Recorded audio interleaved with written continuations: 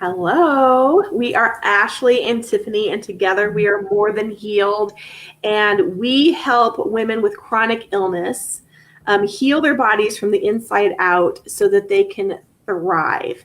And today we're going to talk all about food intolerances. So we would love to know if you know you have or suspect you have a food intolerance.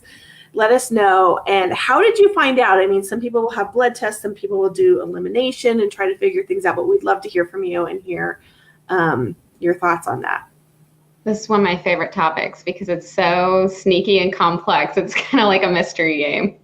Yeah, it is. It's not as black and white as just like cut this out or take a blood test. It's just not that simple. So that's what we're going to talk about today. The other thing is I wanted to mention, Ashley, I don't know, was it yesterday or earlier this week, you did a live that was the difference between healed and cured. That was so good. So if you haven't I think that was yesterday. Yeah, you should totally check it out if you haven't seen it because it was good. So if you know me or you follow me at all, you know that I love this idea of food freedom and honoring your body and being able to listen to your body and not just following fad diets, right? And so I feel like, especially lately, there's all these fad diets out there that are just having you cut out whole food groups and making all these claims that it's going to cure you. That's why I'm like, go listen to Ashley's thing, right? And never eat them again. That's a big kicker. Yeah, it's just not that simple. And so, yes, there's blood tests, but they're not always accurate. Yes, you can eliminate, but there's a lot more to that. You can't just eliminate it forever and never put it back. You need to put it back and see, and you've got to track, and so all this kind of stuff. So that's what we're going to talk about a little bit today. So sound good? So we have 3 things, right? So here's the thing. Nutrition is super important. We're not going to deny that. Like it's important. And so learning what works for you and what doesn't work for you. So when you have autoimmune, when you have chronic illness, yeah, it can play a huge part, right? And so I think what's really, really hard is that before we can start eliminating anything or playing around with our foods, or I can't have this or I can't have that, you've got to shift your mindset, because when we think of it as like, I have to do this, or I'm not allowed to have this ever again, it feels like restriction, and it just doesn't feel like we're doing it for what's best for us. So once we kind of shift this mindset, is like, I can eat it, but what are the consequences if I do? Is it worth the consequences, right? I think the other mind shift that I think we got to make is that just because somebody wrote a book that says never eat this ever again doesn't mean that that's what's right for you. And so it's about experimenting and figuring that out. Would you add anything to that, Ash?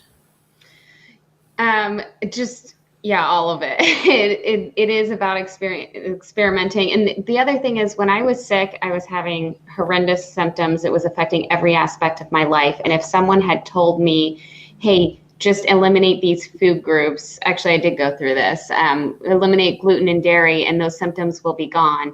Be like, yep, take my money. I will never eat it again. I have no problem sticking with this because I am that miserable right now that no amount of food restriction is too much to give up in order to feel better. It was like the cost of it. And when you try that and it doesn't work, yes, you start to feel hopeless. Like, okay, well, what's wrong? And will anything ever work if this doesn't work? So, yeah, it's just very, very personal. And, you have to, like Tiffany said, kind of wrap your brain around it. And when you're limiting, it can start to feel like you're being punished. Like, hey, first I'm being punished because I pulled the short straw and I have this chronic illness. And then you're being punished again because you have to either choose this very restrictive life or your chronic symptoms, which again is very restrictive. So it can impact you in social settings and convenience. You can't just go through the drive-through or go to a restaurant real quick when you're on an extreme elimination diet or any type of an extreme diet. So eating out, going to parties when your friends have you over, you have this awkward phase of, okay, do I eat this and get sick? Or do I kind of push food around my plate and pretend to be polite? Or do I try to explain it to my friend who probably won't understand? So there are a lot of things that go on with the whole social aspect of it, the mental side of things, and what we can do with all of that. So like Tiffany said, it's a lot better to not feel like, hey, I'm being punished and you have to add things in instead of just take everything out. Yeah, exactly. And I am a huge firm believer in intuitive eating, and it's really about giving yourself permission to eat all sorts of foods.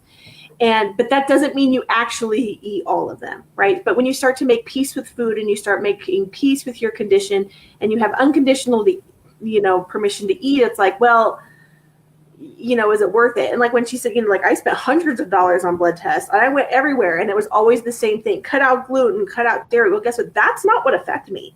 For me, it was tomatoes and nightshades. And I'm like, and if I were to just follow these diet rules, I would have never figured that out for myself. Like I would have just kept going along going, well, why am I still miserable? And it's because I was still eating nightshades. Tomatoes are nightshades, but that was a bigger problem for me.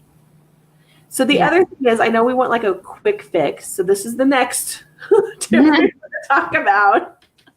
Yeah, there's definitely an adjustment period. And I know a lot of times you get your blood tests or your scratch tests or whatever kind of test you get, or you go to a practitioner and they say, here's the diet you need to follow. It's this black and white, eat these foods, don't eat these foods. Or you read it online with a bunch of people curing their diseases that are the same disease that you have. And it's very much, black and white, cut and dry. This is what you eat and this is what you don't eat. And you can eliminate those things or add those things in, and you may not feel any different at all. You may eliminate those things that they say you should eliminate, and nothing changes. Your symptoms are still there. You're still feeling terrible. There is definitely an adjustment period. But it's also important to remember that this is just a starting point where that you decide you're going to eliminate one thing first. You tested intolerant from some certain food and you're going to take that out. That doesn't mean that that's the only food that is your trigger. And that doesn't actually mean that you can't eat that food, because the test could be wrong. Your body could be different, especially if it's not a test at all. If it's someone telling you that, hey, this is what you should eat for this disease. And also there are a lot of overlapping symptoms. So your fatigue could be caused by partially a food that you're eating that you don't agree with. It could be caused partially by a lack of quality sleep. It could be caused by stress. It could be caused by all of those things together. So let's say you're super, super stressed and you also have an intolerance to tomatoes, and you cut out tomatoes, but you don't do anything about that stress. And you're like, well, I might feel slightly better, but I still basically feel like crap. Well, guess what? You only addressed one part of it. One part. So the other part is, once you take that food out, you have to add it back in to actually see the difference. And what was really frustrating for me when I went through all of this, well, part of it is that it changes over time. It is constantly changing. So Tiffany can't eat tomatoes now, but maybe in a few months that'll go away and she'll be able to eat tomatoes again. So as your body heals and as you go through different stages of this progression, you probably will be able to tolerate different foods, and other foods might pop up that you can't tolerate anymore. So it's not just, I figure it out and that's the end of it and I'm going to eat that way for the rest of my life. You have to be constantly tracking your symptoms, tracking how you're feeling, your overall health, not just one symptom or one tiny part of your chronic illness. Tiffany, do you have anything else? If you're not tracking it, then you really don't know. Like, you don't know if it's the food, you don't know if it's not. And it's not tracking calories, it's not tracking macros, it's just literally, it's really tracking more of your symptoms than it is even the food, is that trying to figure that out. I mean, even before I weaned off medication, I tracked my symptoms religiously for 90 days before I even tried it, so that I knew, because you're all like this, like with chronic illness, like one day you're great, the next day you're not. So you have to see a pattern over time. And so that's why it's not as easy, and people don't want to, they just want a quick fix. I get it, but Yeah. it's not that easy. Yeah, So, it's kind of like, is it a good day or is it a bad day? And what happened today? And sometimes, so it gets really complicated because some people will eat a food and they'll react to it right away. They might throw up, they might get hives, they might have digestive issues. And it could be very soon after they eat that food, same day. But for me, I don't have that super fast reaction. So it might be a week down the road, I start to feel a little off.